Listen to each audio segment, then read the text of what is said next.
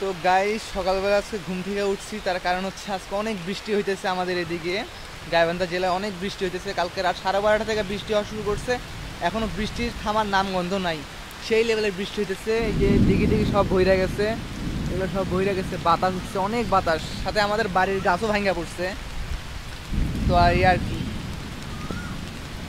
এই বাতাস হচ্ছে অনেক বাতাস, এত এত পরিমাণে বৃষ্টি হইতেছে যা বলার মতো না। বাতাস সারা বছর বাতাস হয়ে যাচ্ছে, দেখতে পাচ্ছি সেরা বাতাস।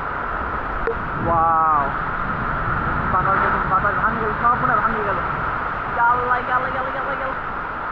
ওই দিকে দেখালে বুঝতে পারবেন আপনারা কি বাতাসটাই উঠছে, এত সব কিছু ভাঙে যাচ্ছে। ওয়াই গাল্লাই গাল্লাই গাল্লাই গাল্লাই, এগুলো ভাঙে ডাল পড়ে গেছে।